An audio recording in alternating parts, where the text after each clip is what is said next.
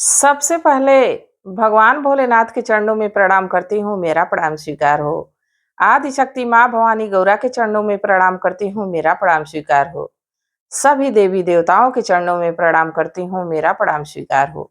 आप सभी गुरु भाई, गुरु बहनों के चरणों में प्रणाम करती हूँ, मेरा प्रणाम स्वीकार हो। गुरु भाई, गुरु बहनों, आप लोगों के सपोर्ट से, आप लोगों के साथ से महादेव की कथा और शिव भक्तों तक पहुंचती है।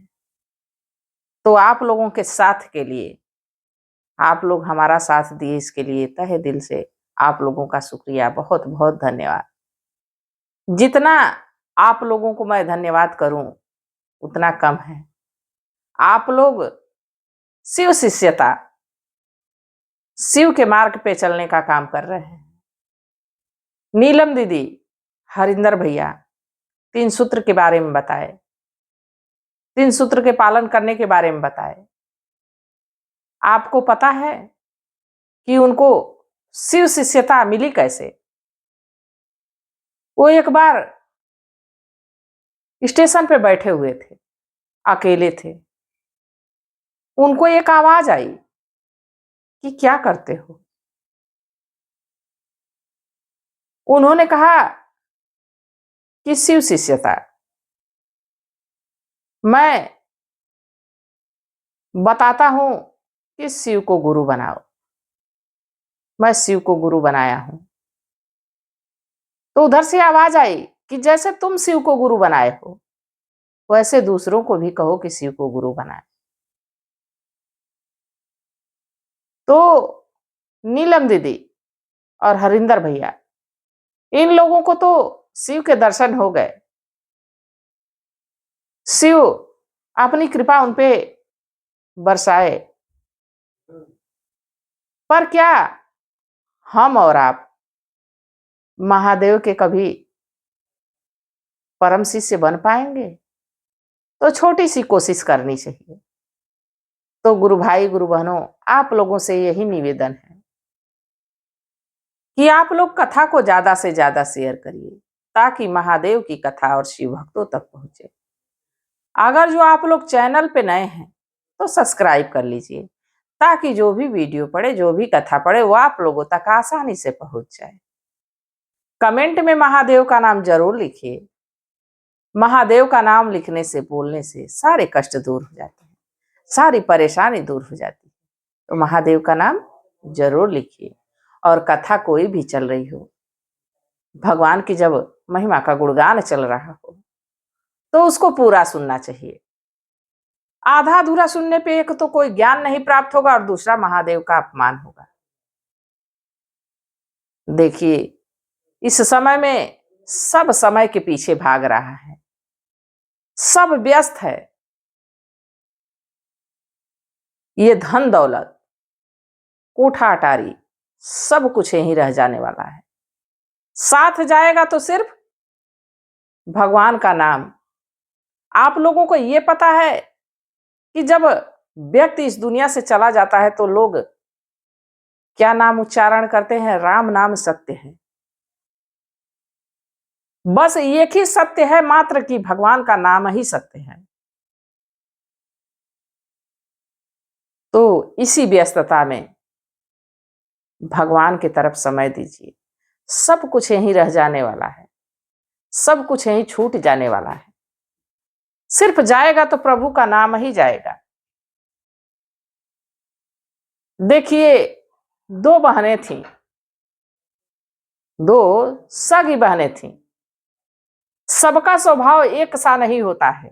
एक ही माँ के गर्भ से, एक ही माँ के कोख से बच्चे पैदा होते हैं, पर उसी में कोई डॉक्टर इंजीनियर बन जाता है और कोई निकम्मा बन जाता है।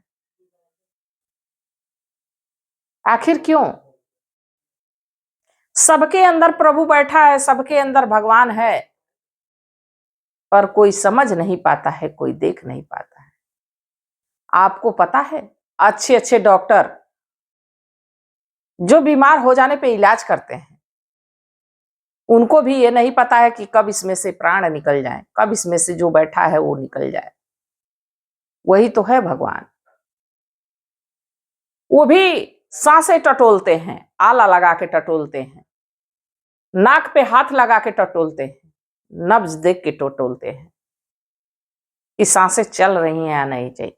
उनको भी इतनी डिग्रियां ली हैं, उनको भी ये भी नहीं पता है कि कब इसमें से ये निकल जाए।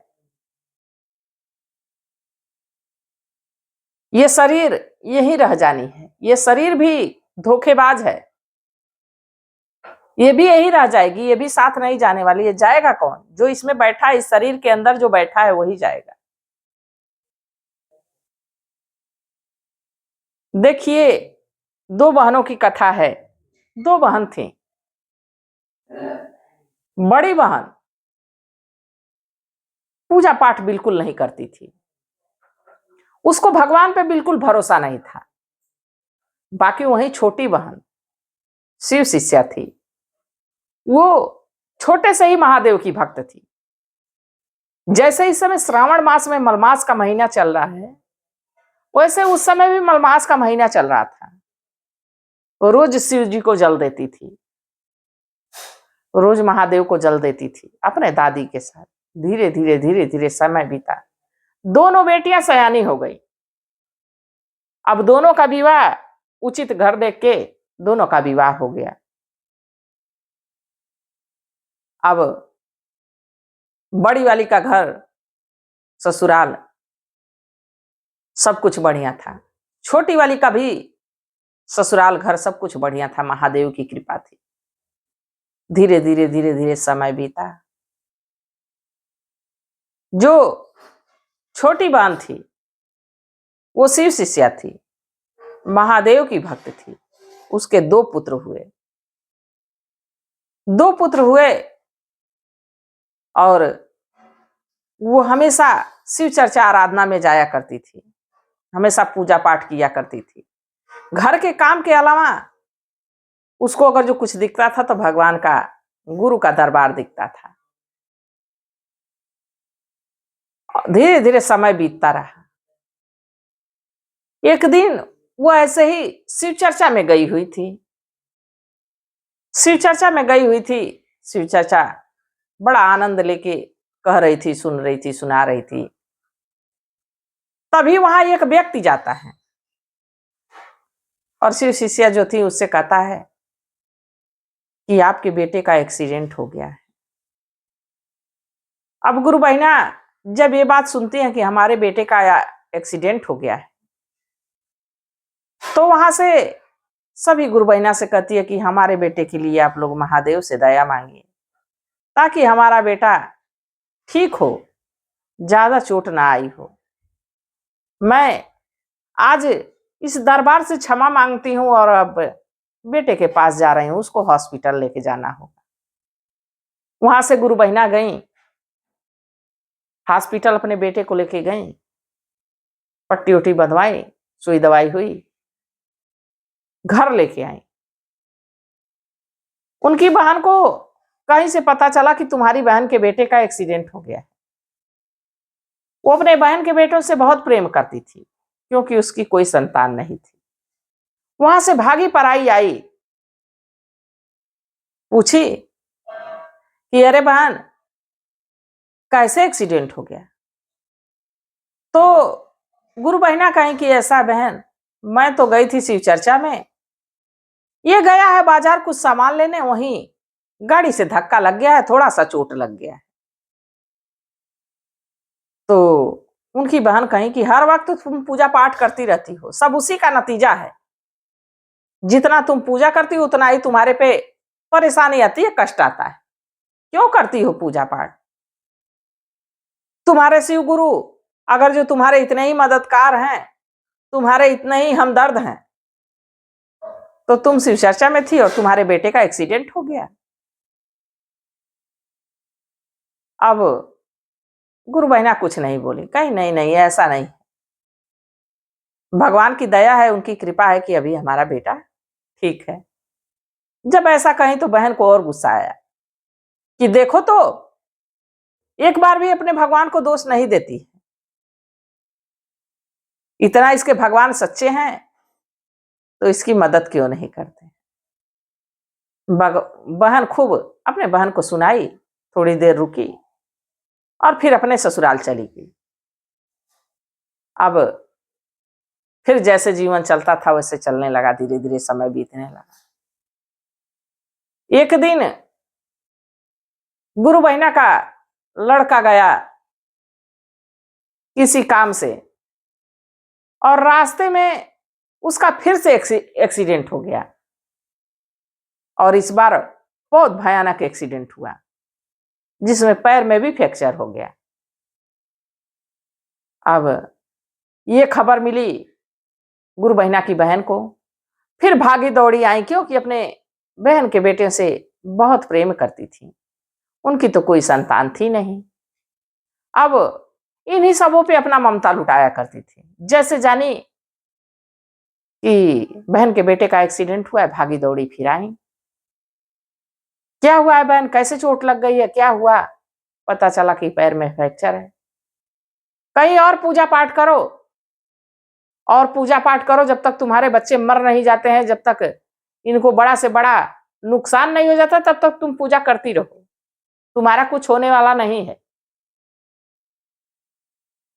फिर भी गुरु बहिना बड़े सरल स्वभाव से कहीं, बहन सब प्रभु की कृपा है कि जीवित तो है। तो उनकी बहन कही कि यानी तुम मरने का इंतजार कर रही हो, इसलिए तुम पूजा पाठ करती हो। बहुत खरी खोटी सुनाई, पर गुरु बहिना उनको बुरा नहीं लगा। जो शिव शिष्य रहते हैं, जिनको शिव शिष्यता का ज्ञान हो जाता है, वो किसी के कटु वचन को भी जैसे अमृत वैसे सुन लेते हैं। वैसे ही सुनना चाहिए। जब ऐसे सुनने की आदत डाल लेंगे, दुख और सुख, सुख हम भोगेंगे कि तो दुख कौन भोगेगा? अगर जो हम उसे सहानुभूति पाने की उम्मीद रखेंगे तो उसके कटु वचन कौन सुनेगा? आप ही ना सुनेंगे। जब इतना अगर जो आप समझ जाएंगे तो आपके जीवन में कभी कष्ट आएगा ही नहीं। अब गुरु बहिना की बहन बहुत कुछ सुनाई, फिर थोड़ी देर, एक दो दिन रही, फिर चली गई अपने ससुराल। धीरे धीरे समय बीता, समय के साथ पैर भी ठीक हो गया। जब पैर ठीक हो गया और समय कुछ बीता, तो वही लड़का बहुत बीमार रहने लगा। जो गुरु बहिना का बड़ा लड़का था, बहुत बीमार रहने लगा। अब सारी जिम्मेदारी गुरु बहिना उनके छोटे बेटे पे आ गई थी। पति इस दुनिया में थे नहीं। बाकी उसके दवा इलाज का जो भी भार था वो छोटे बेटे पे आ गया। धीरे धीरे समय बीत रहा था, लड़का ठीक होने का नाम नहीं ले रहा था। एक दिन ये बात गुरु बहिना की बहन को फिर पता चली। फिर अपना जल्दी जल्दी काम धाम निपटाई, इसके बाद बहन के घर भाग के आई। अरे बहन क्या हुआ है? क्या करूं बहन, पता नहीं कौन सी बीमारी लग गई है, ना खाता है ना पीता है, ठीक नहीं हो रहा है, दवा इलाज तो करा ही रही।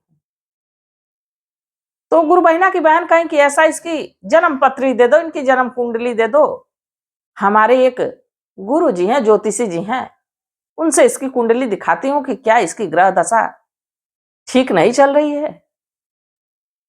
अपनी बहन से अपने बहन के बेटे की कुंडली मांगी और लेके चली गई। जब उन ज्योतिष महाराज के पास पहुंची, प्रणाम की, बैठी, इसके बाद कुंडली ज्योतिषी जी को दी। ज्योतिषी जी जैसे कुंडली के पन्ने पलटे, कुंडली को आगे करते तरफ बोले कि अनर्थ, तुम एक मरे हुए व्यक्ति की कुंडली लाके हमको दे रही हो, एक मरे व्यक्ति की कुंडली दिखा रही हो। तो गुरु बहिना की बहन कहीं कि नहीं नहीं बाबा, ये जीवित इंसान की कुंडली है, ये मेरे बहन की लड़के की कुंडली है, जो इस समय बीमार चल रहा है। मैं उनके ग्रह नक्षत्र दिखाने आपके पास आई कि क्यों इतना बीमार रहता है। तो ज्योतिषी जी फिर से कुंडली देखने लगे और कहे कि इसको तो 1 साल पहले ही मर जाना चाहिए था।